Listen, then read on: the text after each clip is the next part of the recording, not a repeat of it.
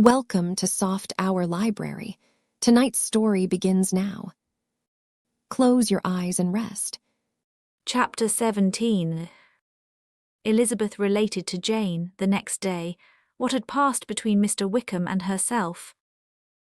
Jane listened with astonishment and concern. She knew not how to believe that Mr. Darcy could be so unworthy of Mr. Bingley's regard, and yet it was not in her nature to question the veracity of a young man of such amiable appearance as Wickham. The possibility of his having really endured such unkindness was enough to interest all her tender feelings, and nothing therefore remained to be done but to think well of them both, to defend the conduct of each, and throw into the account of accident or mistake whatever could not be otherwise explained. "They have both," said she, "been deceived, I dare say, in some way or other of which we can form no idea. Interested people have perhaps misrepresented each to the other. It is, in short, impossible for us to conjecture the causes or circumstances which may have alienated them, without actual blame on either side." "Very true indeed. And now, my dear Jane, what have you got to say in behalf of the interested people who have probably been concerned in the business? Do clear them too, or we shall be obliged to think ill of somebody." "Laugh as much as you choose, but you will not laugh me out of my opinion. My dearest Lizzie, do but consider in what a disgraceful light it places Mr. Darcy, to be treating his father's favourite in such a manner, one whom his father had promised to provide for. It is impossible. No man of common humanity, no man who had any value for his character, could be capable of it. Can his most intimate friends be so excessively deceived in him? Oh no. I can much more easily believe Mr. Bingley's being imposed on than that Mr. Wickham should invent such a history of himself as he gave me last night. Names, facts, everything mentioned without ceremony. If it be not so, let Mr. Darcy contradict it. Besides, there was truth in his looks. It is difficult, indeed it is distressing. One does not know what to think.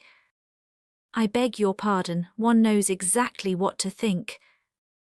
But Jane could think with certainty on only one point, that Mr. Bingley, if he had been imposed on, would have much to suffer when the affair became public.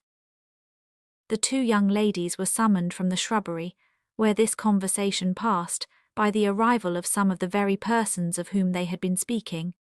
Mr. Bingley and his sisters came to give their personal invitation for the long-expected ball at Netherfield, which was fixed for the following Tuesday. The two ladies were delighted to see their dear friend again, called it an age since they had met, and repeatedly asked what she had been doing with herself since their separation. To the rest of the family they paid little attention, avoiding Mrs. Bennet as much as possible, saying not much to Elizabeth and nothing at all to the others. They were soon gone again, rising from their seats with an activity which took their brother by surprise, and hurrying off as if eager to escape from Mrs. Bennet's civilities. The prospect of the Netherfield ball was extremely agreeable to every female of the family. Mrs. Bennet chose to consider it as given in compliment to her eldest daughter, and was particularly flattered by receiving the invitation from Mr. Bingley himself, instead of a ceremonious card. Jane pictured to herself a happy evening in the society of her two friends, and the attentions of their brother, and Elizabeth thought with pleasure of dancing a great deal with Mr. Wickham, and of seeing a confirmation of everything in Mr. Darcy's look and behaviour. The happiness anticipated by Catherine and Lydia depended less on any single event, or any particular person, for though they each, like Elizabeth, meant to dance half the evening with Mr. Wickham, he was by no means the only partner who could satisfy them, and a ball was at any rate a ball. And even Mary could assure her family that she had no disinclination for it. "While I can have my mornings to myself," said she, "it is enough. I think it is no sacrifice to join occasionally in evening engagements. Society has claims on us all, and I profess myself one of those who consider intervals of recreation and amusement as desirable for everybody. Elizabeth's spirits were so high on the occasion that though she did not often speak unnecessarily to Mr. Collins, she could not help asking him whether he intended to accept Mr. Bingley's invitation, and if he did, whether he would think it proper to join in the evening's amusement. And she was rather surprised to find that he entertained no scruple whatever on that head, and was very far from dreading a rebuke, either from the Archbishop or Lady Catherine de Bourgh, by venturing to dance. "I am by no means of opinion, I assure you," said he, "that a ball of this kind, given by a young man of character to respectable people, can have any evil tendency, and I am so far from objecting to dancing myself that I shall hope to be honoured with the hands of all my fair cousins in the course of the evening, and I take this opportunity of soliciting yours, Miss Elizabeth, for the 2 first dances especially. A preference which I trust my cousin Jane will attribute to the right cause, and not to any disrespect for her."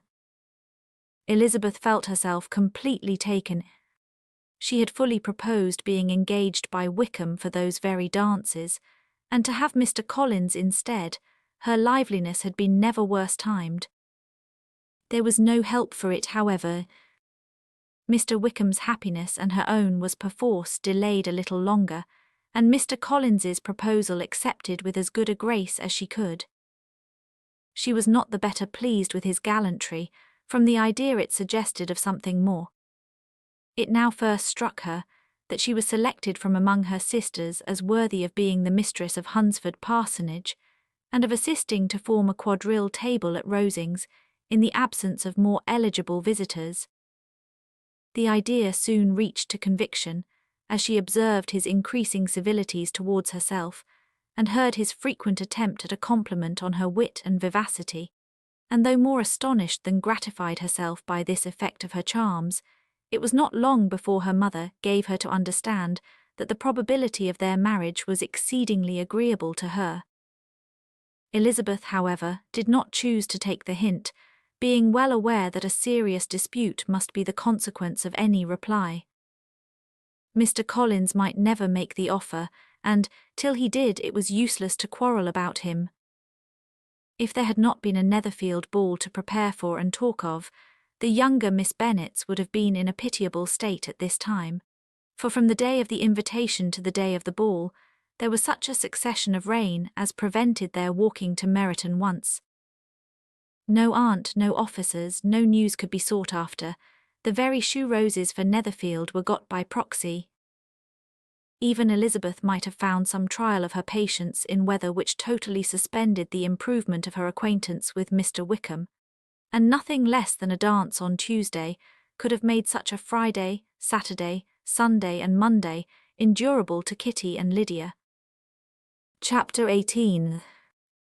Till Elizabeth entered the drawing-room at Netherfield, and looked in vain for Mr. Wickham among the cluster of red coats there assembled, a doubt of his being present had never occurred to her.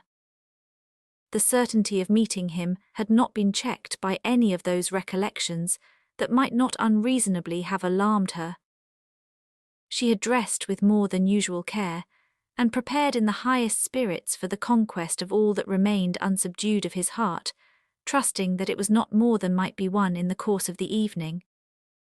But in an instant arose the dreadful suspicion of his being purposely omitted, for Mr. Darcy's pleasure, in the Bingleys' invitation to the officers, and though this was not exactly the case, the absolute fact of his absence was pronounced by his friend Mr. Denny, to whom Lydia eagerly applied, and who told them that Wickham had been obliged to go to town on business the day before, and was not yet returned, adding with a significant smile, "I do not imagine his business would have called him away just now, if he had not wished to avoid a certain gentleman here."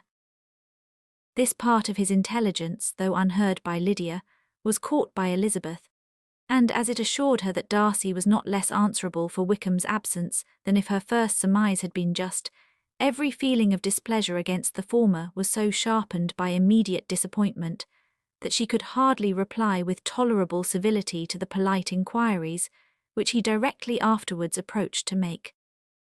Attention, forbearance, patience with Darcy was injury to Wickham.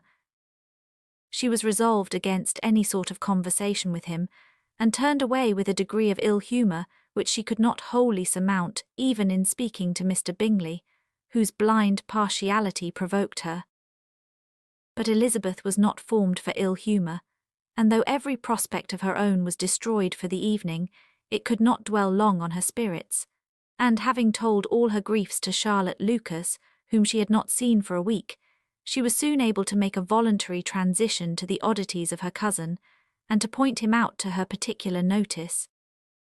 The 2 first dances, however, brought a return of distress. They were dances of mortification. Mr. Collins, awkward and solemn, apologizing instead of attending, and often moving wrong without being aware of it, gave her all the shame and misery which a disagreeable partner for a couple of dances can give. The moment of her release from him was ecstasy. She danced next with an officer, and had the refreshment of talking of Wickham, and of hearing that he was universally liked. When those dances were over, she returned to Charlotte Lucas, and was in conversation with her, when she found herself suddenly addressed by Mr. Darcy, who took her so much by surprise in his application for her hand, that without knowing what she did, she accepted him. He walked away again immediately, and she was left to fret over her own want of presence of mind. Charlotte tried to console her. "I dare say you will find him very agreeable." "Heaven forbid, that would be the greatest misfortune of all, to find a man agreeable whom one is determined to hate. Do not wish me such an evil." When the dancing recommenced, however, and Darcy approached to claim her hand, Charlotte could not help cautioning her in a whisper not to be a simpleton, and allow her fancy for Wickham to make her appear unpleasant in the eyes of a man oftentimes his consequence. Elizabeth made no answer, and took her place in the set, amazed at the dignity to which she was arrived in being allowed to stand opposite to Mr. Darcy, and reading in her neighbours' looks their equal amazement in beholding it. They stood for some time without speaking a word, and she began to imagine that their silence was to last through the 2 dances, and at first was resolved not to break it, till suddenly fancying that it would be the greater punishment to her partner to oblige him to talk, she made some slight observation on the dance. He replied and was again silent. After a pause of some minutes, she addressed him a second time with, "It is your turn to say something now, Mr. Darcy. I talked about the dance, and you ought to make some kind of remark on the size of the room, or the number of couples." He smiled, and assured her that whatever she wished him to say should be said. "Very well, that reply will do for the present. Perhaps by and by I may observe that private balls are much pleasanter than public ones, but now we may be silent." "Do you talk by rule, then, while you are dancing?" "Sometimes. One must speak a little, you know." It would look odd to be entirely silent for half an hour together, and yet, for the advantage of some, conversation ought to be so arranged as that they may have the trouble of saying as little as possible. "Are you consulting your own feelings in the present case, or do you imagine that you are gratifying mine?" "Both," replied Elizabeth archly, "for I have always seen a great similarity in the turn of our minds. We are each of an unsocial, taciturn disposition, unwilling to speak, unless we expect to say something that will amaze the whole room, and be handed down to posterity with all the eclat of a proverb. This is no very striking resemblance of your own character, I am sure," said he. "How near it may be to mine, I cannot pretend to say." "You think it a faithful portrait, undoubtedly." "I must not decide on my own performance." He made no answer, and they were again silent till they had gone down the dance, when he asked her if she and her sisters did not very often walk to Meryton. She answered in the affirmative, and, unable to resist the temptation, added, "When you met us there the other day, we had just been forming a new acquaintance." The effect was immediate. A deeper shade of hauteur overspread his features, but he said not a word, and Elizabeth, though blaming herself for her own weakness, could not go on. At length Darcy spoke, and in a constrained manner said, "Mr. Wickham is blessed with such happy manners as may ensure his making friends, Whether he may be equally capable of retaining them is less certain. He has been so unlucky as to lose your friendship, replied Elizabeth with emphasis, and in a manner which he is likely to suffer from all his life. Darcy made no answer, and seemed desirous of changing the subject. At that moment Sir William Lucas appeared close to them, meaning to pass through the set to the other side of the room. But on perceiving Mr. Darcy, he stopped with a bow of superior courtesy to compliment him on his dancing and his partner. "I have been most highly gratified indeed, my dear sir. Such very superior dancing is not often seen. It is evident that you belong to the first circles. Allow me to say, however, that your fair partner does not disgrace you, and that I must hope to have this pleasure often repeated, especially when a certain desirable event, my dear Miss Eliza," glancing at her sister and Bingley, "shall take place. What congratulations will then flow in! I appeal to Mr. Darcy, but let me not interrupt you, sir. You will not thank me for detaining you from the bewitching converse of that young lady, whose bright eyes are also upbraiding me." The latter part of this address was scarcely heard by Darcy, but Sir William's allusion to his friend seemed to strike him forcibly, and his eyes were directed with a very serious expression towards Bingley and Jane, who were dancing together. Recovering himself, however, shortly, he turned to his partner and said, "Sir William's interruption has made me forget what we were talking of. I do not think we were speaking at all." Sir William could not have interrupted any two people in the room who had less to say for themselves. "We have tried 2 or 3 subjects already without success, and what we are to talk of next I cannot imagine. What think you of books?" said he, smiling. "Books, oh no, I am sure we never read the same, or not with the same feelings." "I am sorry you think so, but if that be the case there can at least be no want of subject. We may compare our different opinions." "No, I cannot talk of books in a ballroom. My head is always full of something else." "The present always occupies you in such scenes, does it?" said he with a look of doubt. "Yes, always," she replied without knowing what she said, for her thoughts had wandered far from the subject, as soon afterwards appeared by her suddenly exclaiming, "I remember hearing you once say, Mr. Darcy, that you hardly ever forgave, that your resentment once created was unappeasable. You are very cautious, I suppose, as to its being created." "I am," said he with a firm voice. "And never allow yourself to be blinded by prejudice." "I hope not. It is particularly incumbent on those who never change their opinion to be secure of judging properly at first." "May I ask to what these questions tend?"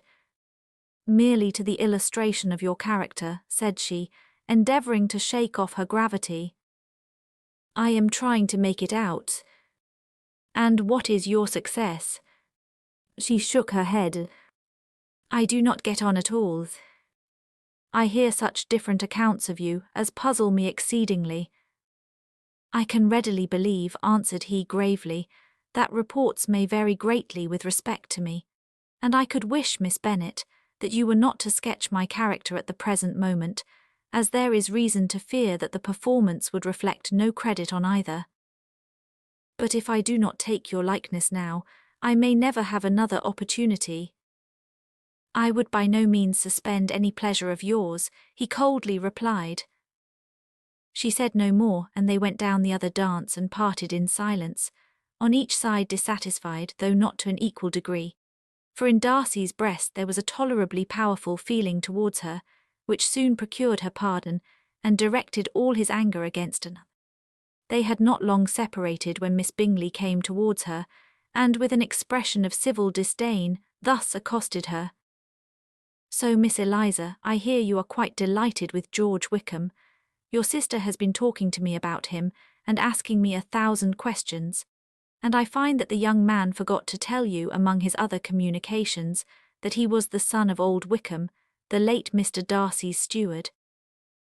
Let me recommend you, however, as a friend, not to give implicit confidence to all his assertions, For as to Mr. Darcy's using him ill, it is perfectly false. For on the contrary, he has been always remarkably kind to him, though George Wickham has treated Mr. Darcy in a most infamous manner.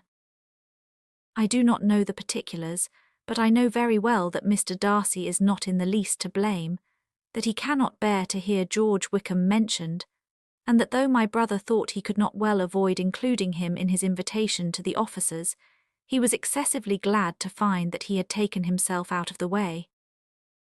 His coming into the country at all is a most insolent thing indeed, and I wonder how he could presume to do it. I pity you, Miss Eliza, for this discovery of your favourite's guilt, but really, considering his descent, one could not expect much better. His guilt and his descent appear, by your account, to be the same, said Elizabeth angrily, for I have heard you accuse him of nothing worse than of being the son of Mr. Darcy's steward, and of that, I can assure you, he informed me himself. I beg your pardon, replied Miss Bingley, turning away with a sneer. Excuse my interference, it was kindly meant. Insolent girl, said Elizabeth to herself. You are much mistaken if you expect to influence me by such a paltry attack as this. I see nothing in it but your own wilful ignorance and the malice of Mr. Darcy. She then sought her eldest sister, who had undertaken to make inquiries on the same subject of Bingley. Jane met her with a smile of such sweet complacency, a glow of such happy expression, as sufficiently marked how well she was satisfied with the occurrences of the evening. Elizabeth instantly read her feelings, and at that moment solicitude for Wickham, resentment against his enemies, and everything else, gave way before the hope of Jane's being in the fairest way for happiness. I want to know, said she, with a countenance no less smiling than her sister, what you have learnt about Mr. Wickham. But perhaps you have been too pleasantly engaged to think of any third person, in which case you may be sure of my pardon. No, replied Jane, I have not forgotten him, but I have nothing satisfactory to tell you. Mr. Bingley does not know the whole of his history, and is quite ignorant of the circumstances which have principally offended Mr. Darcy, but he will vouch for the good conduct, the probity and honour of his friend, and is perfectly convinced that Mr. Wickham has deserved much less attention from Mr. Darcy than he has received, and I am sorry to say that by his account, as well as his sister, Mr. Wickham is by no means a respectable young man.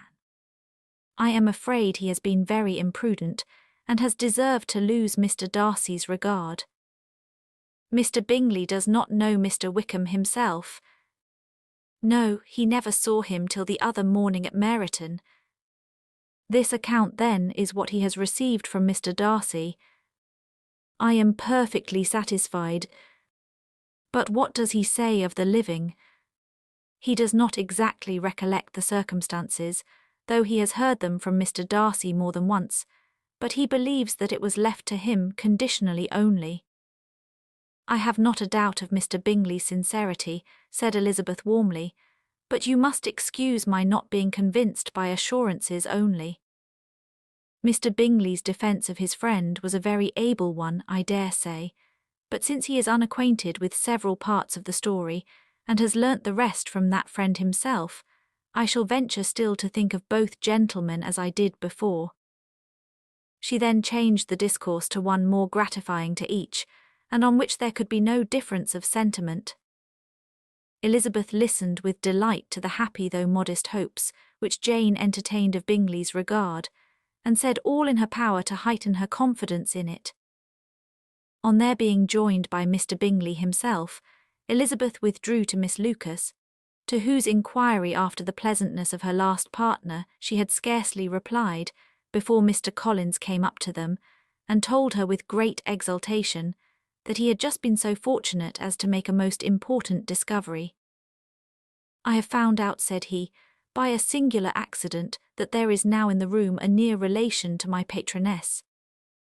I happened to overhear the gentleman himself mentioning to the young lady, who does the honours of this house, the names of his cousin Mr. Borg, and of her mother, Lady Catherine. How wonderfully these sort of things occur! Who would have thought of my meeting with perhaps a nephew of Lady Catherine de Bourgh in this assembly? I am most thankful that the discovery is made in time for me to pay my respects to him, which I am now going to do, and trust he will excuse my not having done it before. My total ignorance of the connection must plead my apology. You are not going to introduce yourself to Mr. Darcy? Indeed I am. I shall entreat his pardon for not having done it earlier. I believe him to be Lady Catherine's nephew. It will be in my power to assure him that her ladyship was quite well yesterday se'night. Elizabeth tried hard to dissuade him from such a scheme, assuring him that Mr. Darcy would consider his addressing him without introduction as an impertinent freedom rather than a compliment to his aunt, that it was not in the least necessary there should be any notice on either side, and that if it were, it must belong to Mr. Darcy, the superior in consequence, to begin the acquaintance. Mr. Collins listened to her with the determined air of following his own inclination, and when she ceased speaking, replied thus: My dear Miss Elizabeth, I have the highest opinion in the world of your excellent judgment in all matters within the scope of your understanding, but permit me to say that there must be a wide difference between the established forms of ceremony amongst the laity and those which regulate the clergy. For, give me leave to observe that I consider the clerical office as equal in point of dignity with the highest rank in the kingdom, provided that a proper humility of behaviour is at the same time maintained. You must, therefore, allow me to follow the dictates of my conscience on this occasion, which lead me to perform what I look on as a point of duty. Pardon me for neglecting to profit by your advice, which on every other subject shall be my constant guide, though in the case before us I consider myself more fitted by education and habitual study to decide on what is right than a young lady like yourself. And with a low bow he left her to attack Mr. Darcy, whose reception of his advances she eagerly watched, and whose astonishment at being so addressed was very evident. Her cousin prefaced his speech with a solemn bow, and though she could not hear a word of it, she felt as if hearing it all, and saw in the motion of his lips the words apology, Hunsford, and Lady Catherine de Bourgh. It vexed her to see him expose himself to such a man. Mr. Darcy was eyeing him with unrestrained wonder, and when at last Mr. Collins allowed him to speak, replied with an air of distant civility. Mr. Collins, however, was not discouraged from speaking again, and Mr. Darcy's contempt seemed abundantly increasing with the length of his second speech, and at the end of it he only made him a slight bow and moved another way. Mr. Collins then returned to Elizabeth. I have no reason, I assure you, said he, to be dissatisfied with my reception. Mr. Darcy seemed much pleased with the attention. He answered me with the utmost civility, and even paid me the compliment of saying that he was so well convinced of Lady Catherine's discernment as to be certain she could never bestow a favour unworthily. It was really a very handsome thought. Upon the whole, I am much pleased with him.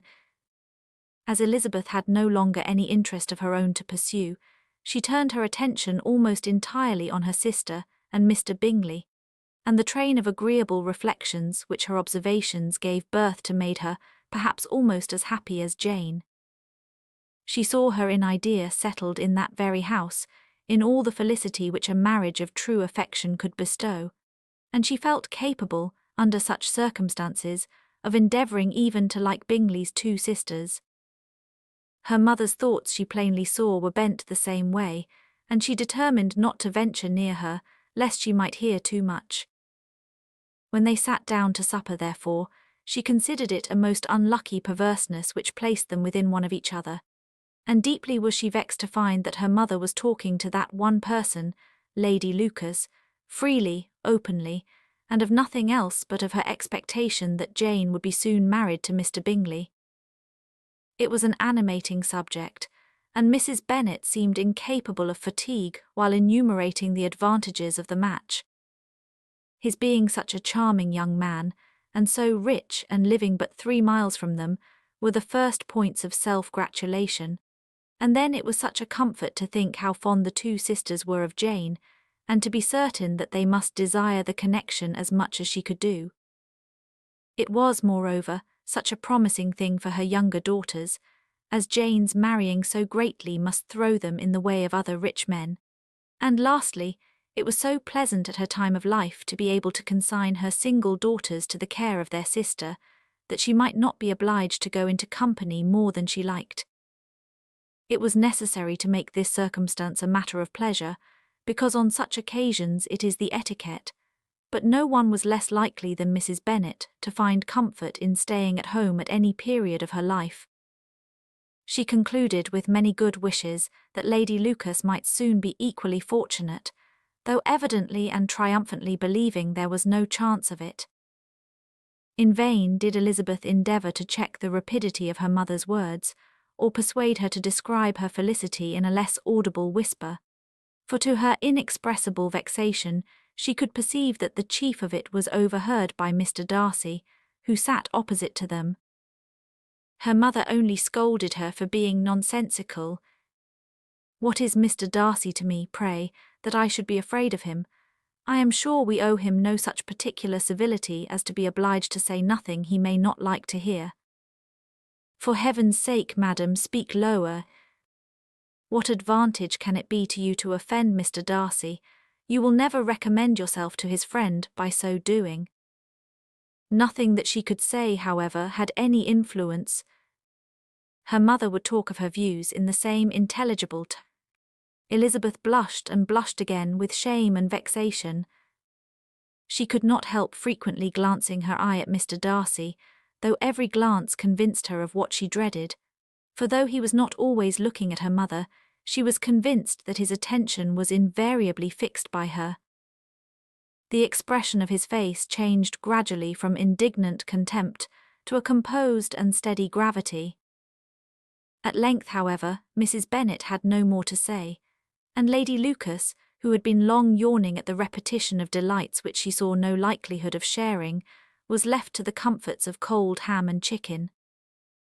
Elizabeth now began to revive, but not long was the interval of tranquillity, for when supper was over, singing was talked of, and she had the mortification of seeing Mary, after very little entreaty, preparing to oblige the company.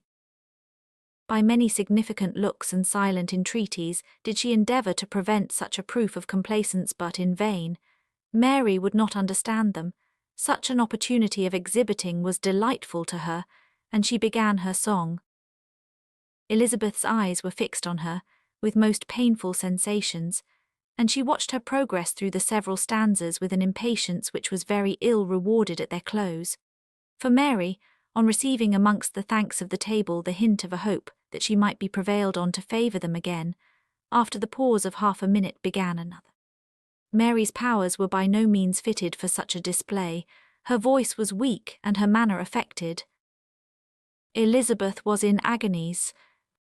She looked at Jane to see how she bore it, but Jane was very composedly talking to Bingley. She looked at his two sisters, and saw them making signs of derision at each other, and at Darcy, who continued, however, impenetrably grave. She looked at her father to entreat his interference, lest Mary should be singing all night. He took the hint, and when Mary had finished her second song, said aloud, "That will do extremely well, child. You have delighted us long enough. Let the other young ladies have time to exhibit." Mary, though pretending not to hear, was somewhat disconcerted, and Elizabeth, sorry for her and sorry for her father's speech, was afraid her anxiety had done no good. Others of the party were now applied to. "If I," said Mr. Collins, "were so fortunate as to be able to sing, I should have great pleasure, I am sure, in obliging the company with an air, for I consider music as a very innocent diversion, and perfectly compatible with the profession of a clergyman. I do not mean, however, to assert that we can be justified in devoting too much of our time to music, for there are certainly other things to be attended to. The rector of a parish has much to do. In the first place, he must make such an agreement for tithes as may be beneficial to himself, and not offensive to his patron. He must write his own sermons, and the time that remains will not be too much for his parish duties, and the care and improvement of his dwelling, which he cannot be excused from making as comfortable as possible. And I do not think it of light importance that he should have attentive and conciliatory manners towards everybody, especially towards those to whom he owes his preferment. I cannot acquit him of that duty, nor could I think well of the man who should omit an occasion of testifying his respect towards anybody connected with the family. And with a bow to Mr. Darcy, he concluded his speech, which had been spoken so loud as to be heard by half the room. Many stared, many smiled, but no one looked more amused than Mr. Bennet himself, while his wife seriously commended Mr. Collins for having spoken so sensibly, and observed in a half-whisper to Lady Lucas that he was a remarkably clever, good kind of young man. To Elizabeth it appeared that had her family made an agreement to expose themselves as much as they could during the evening, it would have been impossible for them to play their parts with more spirit or finer success, and happy did she think it for Bingley and her sister that some of the exhibition had escaped his notice, and that his feelings were not of a sort to be much distressed by the folly which he must have witnessed. That his two sisters and Mr. Darcy, however, should have such an opportunity of ridiculing her relations was bad enough, and she could not determine whether the silent contempt of the gentlemen or the insolent smiles of the ladies were more intolerable. The rest of the evening brought her little amusement. She was teased by Mr. Collins, who continued most perseveringly by her side, and though he could not prevail with her to dance with him again, put it out of her power to dance with others. In vain did she entreat him to stand up with somebody else, and offered to introduce him to any young lady in the room. He assured her that as to dancing, he was perfectly indifferent to it, that his chief object was, by delicate attentions, to recommend himself to her, and that he should therefore make a point of remaining close to her the whole evening. There was no arguing upon such a project. She owed her greatest relief to her friend Miss Lucas, who often joined them, and good-naturedly engaged Mr. Collins's conversation to herself. She was at least free from the offence of Mr. Darcy's further notice, though often standing within a very short distance of her, quite disengaged, he never came near enough to speak. She felt it to be the probable consequence of her allusions to Mr. Wickham, and rejoiced in it. The Longbourn party were the last of all the company to depart, and by a manoeuvre of Mrs. Bennet had to wait for their carriage a quarter of an hour after everybody else was gone, which gave them time to see how heartily they were wished away by some of the family. Mrs. Hurst and her sister scarcely opened their mouths except to complain of fatigue, and were evidently impatient to have the house to themselves. They repulsed every attempt of Mrs. Bennet at conversation, and by so doing threw a languor over the whole party, which was very little relieved by the long speeches of Mr. Collins, who was complimenting Mr. Bingley and his sisters on the elegance of their entertainment, and the hospitality and politeness which had marked their behaviour to their guests. Darcy said nothing at all. Mr. Bennet, in equal silence, was enjoying the scene. Mr. Bingley and Jane were standing together a little detached from the rest, and talked only to each other. Elizabeth preserved as steady a silence as either Mrs. Hurst or Miss Bingley, and even Lydia was too much fatigued to utter more than the occasional exclamation of "Lord, how tired I am," accompanied by a violent yawn. When at length they arose to take leave, Mrs. Bennet was most pressingly civil in her hope of seeing the whole family soon at Longbourn, and addressed herself particularly to Mr. Bingley, to assure him how happy he would make them by eating a family dinner with them at any time, without the ceremony of a formal invitation. Bingley was all grateful pleasure, and he readily engaged for taking the earliest opportunity of waiting on her after his return from London, whither he was obliged to go the next day for a short time. Mrs. Bennet was perfectly satisfied, and quitted the house under the delightful persuasion that, allowing for the necessary preparations of settlements, new carriages, and wedding clothes, she should undoubtedly see her daughter settled at Netherfield in the course of 3 or 4 months. Of having another daughter married to Mr. Collins, she thought with equal certainty, and with considerable, though not equal, pleasure. Elizabeth was the least dear to her of all her children, and though the man and the match were quite good enough for her, the worth of each was eclipsed by Mr. Bingley and Netherfield. Chapter 19. The next day opened a new scene at Longbourn. Mr. Collins made his declaration in form. Having resolved to do it without loss of time, as his leave of absence extended only to the following Saturday, and having no feelings of diffidence to make it distressing to himself even at the moment, he set about it in a very orderly manner, with all the observances which he supposed a regular part of the business. On finding Mrs. Bennet, Elizabeth, and one of the younger girls together, soon after breakfast, he addressed the mother in these words: "May I hope, madam, for your interest with your fair daughter Elizabeth, when I solicit for the honour of a private audience with her in the course of this morning." Before Elizabeth had time for anything but a blush of surprise, Mrs. Bennet instantly answered, "Oh dear, yes, certainly. I am sure Lizzie will be very happy. I am sure she can have no objection. Come, Kitty, I want you upstairs." And gathering her work together, she was hastening away, when Elizabeth called out, "Dear ma'am, do not go. I beg you will not go. Mr. Collins must excuse me. He can have nothing to say to me that anybody need not hear. I am going away myself. No, no, nonsense, Lizzie. I desire you will stay where you are." And upon Elizabeth seeming really with vexed and embarrassed looks about to escape, she added, "Lizzie, I insist upon your staying and hearing Mr. Collins." Elizabeth would not oppose such an injunction, and a moment's consideration making her also sensible that it would be wisest to get it over as soon and as quietly as possible, she sat down again, and tried to conceal by incessant employment the feelings which were divided between distress and diversion. Mrs. Bennet and Kitty walked off, and as soon as they were gone, Mr. Collins began, "Believe me, my dear Miss Elizabeth, that your modesty, so far from doing you any disservice, rather adds to your other perfections. You would have been less amiable in my eyes had there not been this little unwillingness, but allow me to assure you that I have your respected mother's permission for this address. You can hardly doubt the purport of my discourse, however your natural delicacy may lead you to dissemble. My attentions have been too marked to be mistaken. Almost as soon as I entered the house, I singled you out as the companion of my future life.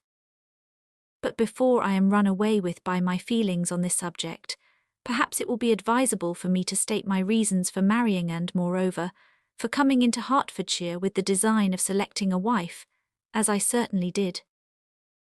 The idea of Mr. Collins, with all his solemn composure, being run away with by his feelings, made Elizabeth so near laughing that she could not use the short pause he allowed in any attempt to stop him farther, and he continued, "My reasons for marrying are, first, that I think it a right thing for every clergyman in easy circumstances, like myself, to set the example of matrimony in his parish. Secondly, that I am convinced it will add very greatly to my happiness. And thirdly, which perhaps I ought to have mentioned earlier, that it is the particular advice and recommendation of the very noble lady whom I have the honour of calling patroness. Twice has she condescended to give me her opinion unasked too, on this subject, and it was but the very Saturday night before I left Hunsford, between our pools at Quadrille, while Mrs. Jenkinson was arranging Miss de Bourgh's footstool, that she said, 'Mr. Collins, you must marry. A clergyman like you must marry. Choose properly, choose a gentlewoman for my sake and for your own. Let her be an active, useful sort of person, not brought up high, but able to make a small income go a good way. This is my advice. Find such a woman as soon as you can, bring her to Hunsford, and I will visit her. Allow me, by the way, to observe, my fair cousin, that I do not reckon the notice and kindness of Lady Catherine de Bourgh as among the least of the advantages in my power to offer. You will find her manners beyond anything I can describe, and your wit and vivacity, I think, must be acceptable to her, especially when tempered with the silence and respect which her rank will inevitably excite. Thus much for my general intention in favour of matrimony. It remains to be told why my views were directed to Longbourn instead of my own neighbourhood, where I assure you there are many amiable young women. But the fact is, that being as I am to inherit this estate after the death of your honoured father, who, however, may live many years longer, I could not satisfy myself without resolving to choose a wife from among his daughters, that the loss to them might be as little as possible when the melancholy event takes place which, however, as I have already said, may not be for several years.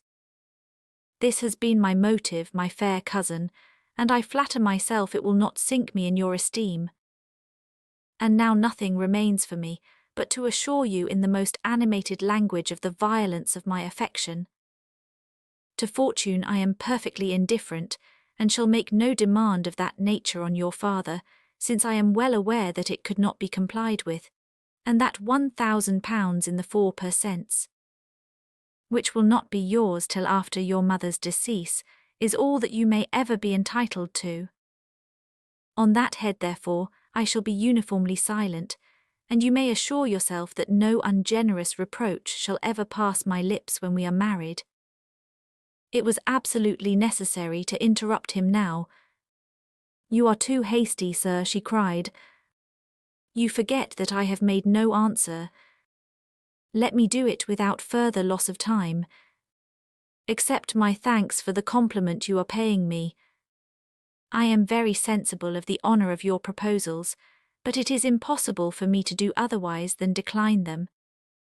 "I am not now to learn," replied Mr. Collins with a formal wave of the hand, "that it is usual with young ladies to reject the addresses of the man whom they secretly mean to accept when he first applies for their favour, and that sometimes the refusal is repeated a second or even a third time. I am therefore by no means discouraged by what you have just said, and shall hope to lead you to the altar ere long." "Upon my word, sir," cried Elizabeth, "your hope is rather an extraordinary one after my declaration. I do assure you that I am not one of those young ladies, if such young ladies there are, who are so daring as to risk their happiness on the chance of being asked a second time. I am perfectly serious in my refusal. You could not make me happy, and I am convinced that I am the last woman in the world who would make you so. Nay, were your friend Lady Catherine to know me, I am persuaded she would find me in every respect ill qualified for the situation." "Were it certain that Lady Catherine would think so," said Mr. Collins very gravely, "but I cannot imagine that her ladyship would at all disapprove of you. And you may be certain that when I have the honour of seeing her again, I shall speak in the highest terms of your modesty, economy, and other amiable qualifications. Indeed, Mr. Collins, all praise of me will be unnecessary. You must give me leave to judge for myself, and pay me the compliment of believing what I say. I wish you very happy and very rich, and by refusing your hand, do all in my power to prevent your being otherwise. In making me the offer, you must have satisfied the delicacy of your feelings with regard to my family, and may take possession of Longbourn estate whenever it falls, without any self-reproach. This matter may be considered, therefore, as finally settled." And rising as she thus spoke, she would have quitted the room, had not Mr. Collins thus addressed her. "When I do myself the honour of speaking to you next on the subject, I shall hope to receive a more favourable answer than you have now given me, though I am far from accusing you of cruelty at present, because I know it to be the established custom of your sex to reject a man on the first application, and perhaps you have even now said as much to encourage my suit as would be consistent with the true delicacy of the female character." "Really, Mr. Collins," cried Elizabeth with some warmth, "you puzzle me exceedingly. If what I have hitherto said can appear to you in the form of encouragement, I know not how to express my refusal in such a way as may convince you of its being one. You must give me leave to flatter myself, my dear cousin, that your refusal of my addresses are merely words of course. My reasons for believing it are briefly these. It does not appear to me that my hand is unworthy of your acceptance, or that the establishment I can offer would be any other than highly desirable. My situation in life, my connections with the family of de Bourgh, and my relationship to your own, are circumstances highly in my favour, and you should take it into further consideration that, in spite of your manifold attractions, it is by no means certain that another offer of marriage may ever be made you. Your portion is unhappily so small that it will in all likelihood undo the effects of your loveliness and amiable qualifications. As I must therefore conclude that you are not serious in your rejection of me, I shall choose to attribute it to your wish of increasing my love by suspense, according to the usual practice of elegant females. I do assure you, sir, that I have no pretensions whatever to that kind of elegance which consists in tormenting a respectable man. I would rather be paid the compliment of being believed sincere. I thank you again and again for the honour you have done me in your proposals, but to accept them is absolutely impossible. My feelings in every respect forbid it. Can I speak plainer? Do not consider me now as an elegant female intending to plague you, but as a rational creature speaking the truth from her heart.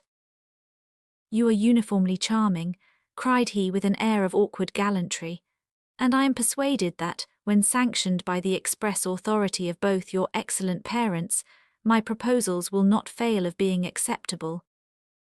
To such perseverance in wilful self-deception, Elizabeth would make no reply, and immediately and in silence withdrew, determined that if he persisted in considering her repeated refusals as flattering encouragement, to apply to her father, whose negative might be uttered in such a manner as must be decisive, and whose behaviour at least could not be mistaken for the affectation and coquetry of an elegant female.